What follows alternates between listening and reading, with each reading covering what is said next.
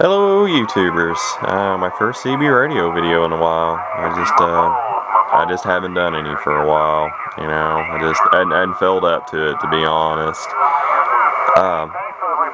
Radio for today is kind of a pretty uncommon radio here in the States. It's a GE, it's a 3-5825A. It's a sidebander. I'm pretty sure this is made by Cybernet. I'm gonna merge some video clip here in a little bit that shows the board number and the layout. It uses a 1969 final.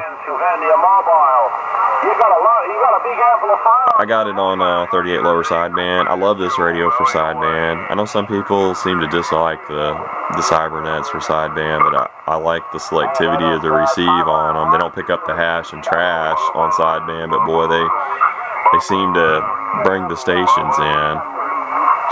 AM is about average on receive. Transmit's above average on this radio, period. When I first got it, I know it was doing well into the 20 watt range, kind of with a high carrier. I backed it down to where it's only got about 3 watts carrier on AM, modulates. I think she modulates around 20 to 21 right now. Before it was doing around 25 or better. Sideband, I got it set at 18. I got it throttled back.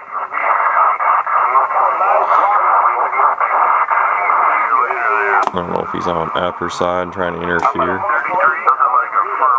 And this is the speaker that's in the radio.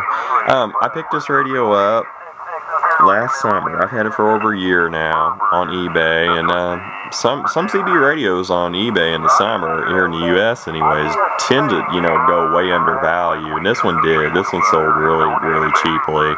It was pretty shocking, and it works great. I did not have to do anything to this radio other than I turned the carrier down on AM. It's had some mods done. The MB, A&L, and tone switches are extra channels.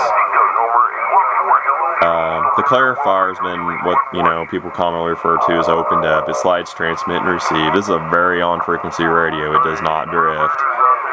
On frequency is a hair left of the 0, and she holds it there. I don't have the right bracket. I've got a lot of GE brackets, but this one radio is wider than my other GEs, so that's just a regular DX bracket pushed in because it's not quite as wide. Not quite as wide as today's DX, cased radios. I got some rubber grommets in between. I put the rubber grommets in to just, keep the scratching down. Even though this is not a perfect radio, there's still grunge and then, in the rough texture. That I'm not so much sure it's grunge or wear, because I've used a brush and some mean green on it a number of times, and it always improves, but I've never got it to look clean. Chrome's peeling off in some places. It's got some fairly bad corrosion on the chrome on the face and the grooves. I think you can see that. Like I said, this is the 3-5825A. There was a B Bravo version. Both seem to be very uncommon. If anybody knows what the difference is between the two, I'd kind of like to know. It seems like people are willing to pay even more for the B than they are for the A. Although the A is no slouch. And these don't come up for sale, but maybe maybe 2 or 3 of each model per year is about all I ever see on eBay. MB, A&L, and tone, like I said, are now channels. Still got a CBPA, volume, squelch, RF gain, pretty standard stuff. Clarifier, like I said, it slides transmit and receive. I love how the mode is in the center, or close to the center, on a really different style control. I think it'd make a mobile operation of this pretty easy, but I don't do mobiles anymore. My health issues, I don't get out that much. Usually I'm going anywhere as to a doctor's appointment. It seems in this day and age. It's got an antenna warning indicator, if you have a high standing wave ratio issue with your antenna system. Let's see, let me get off of here. Well, I guess I'm going to have to get a little closer to the mic. I think I got so many lights, you're not going to be able to see the TX light too well. Audio. I think you can see that. TX light acts like a modulation light. It's very dim when you first key it, but you modulate, it gets brighter. like I said, I think the sideband receive on these is pretty phenomenal. I know not everybody agrees with that, but they don't, all this kind of hard to demonstrate today. I mean, there's just so much skip that,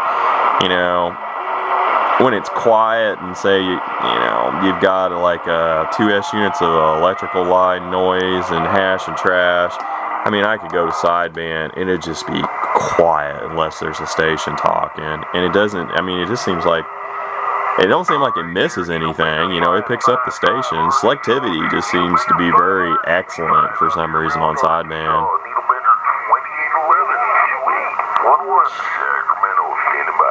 And that is the speaker in the radio. I think I might have already mentioned that. Boy, I don't know if he's off frequency or what, but it sounded pretty rough there. Maybe he's got one of them fancy Class C boxes. Oh, no, that's bad. Oh, well. Anyways, I just wanted to share this old radio with you guys. If anybody knows, I'm going to merge some clip in that shows you the board number and the layout. Anybody knows what Cybernet radios are the same as this, be sure to let me know, and everybody else, post it up. Be good info. And if anybody knows what the difference is between the A and B versions, I myself, and I'm sure a lot of other people would like to know about that as well. Anyway, 73s everybody, 262, Operator Paul, signing off for now. Okay, I'm going to try and make this quick, this portion of the video. A little bit of the data tag, made in Japan, FCC data number.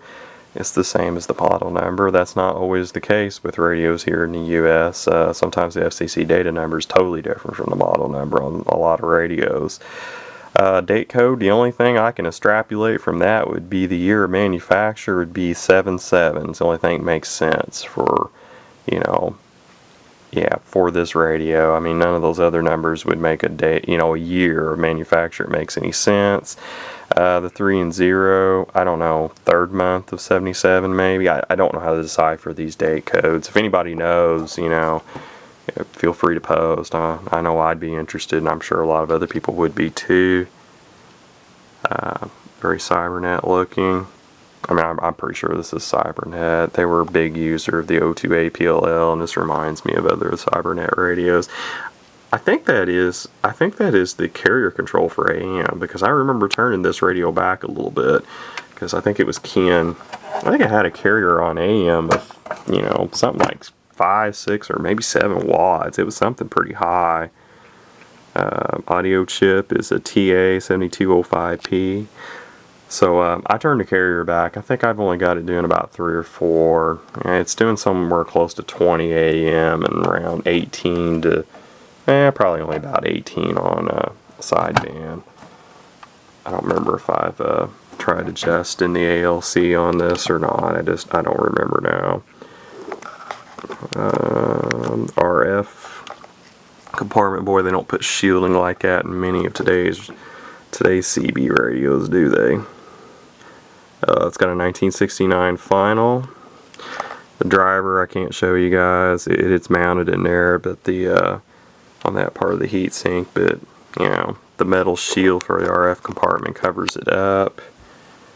The only mod that's been done, the chip has been jumped via the MB A&L switch and the tone control switch. I know it's got a bunch of channels above the American 40. I don't remember if it has lowers or not. I'm thinking it may have some lowers as well below 1, but I can't swear to it. Board is a PTBM. I don't know if that's 0 or 058COX.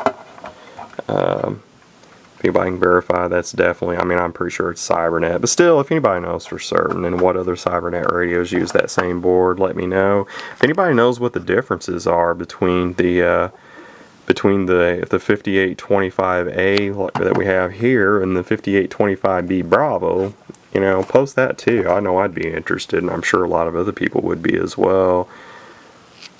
Crystal filter, regulator, pretty basic layout. Really reminds me of Cybernet. I picked this radio. I got it very reasonably. Summer of 2010. Radios here in the U.S. have a tendency to not bring that great of money on eBay, you know, during the summer. Some do, some don't. It's kind of hit and miss, and I got really lucky. I mean, I will never find, the chances of me finding another one of these for the price I paid, even with shipping, is probably about impossible. It'll probably never happen. I was just, you know, searched eBay the right day, right time, and so forth, and stuck with the auction, and, you know, picked this radio up extremely reasonably. Okay, that does it for the insides.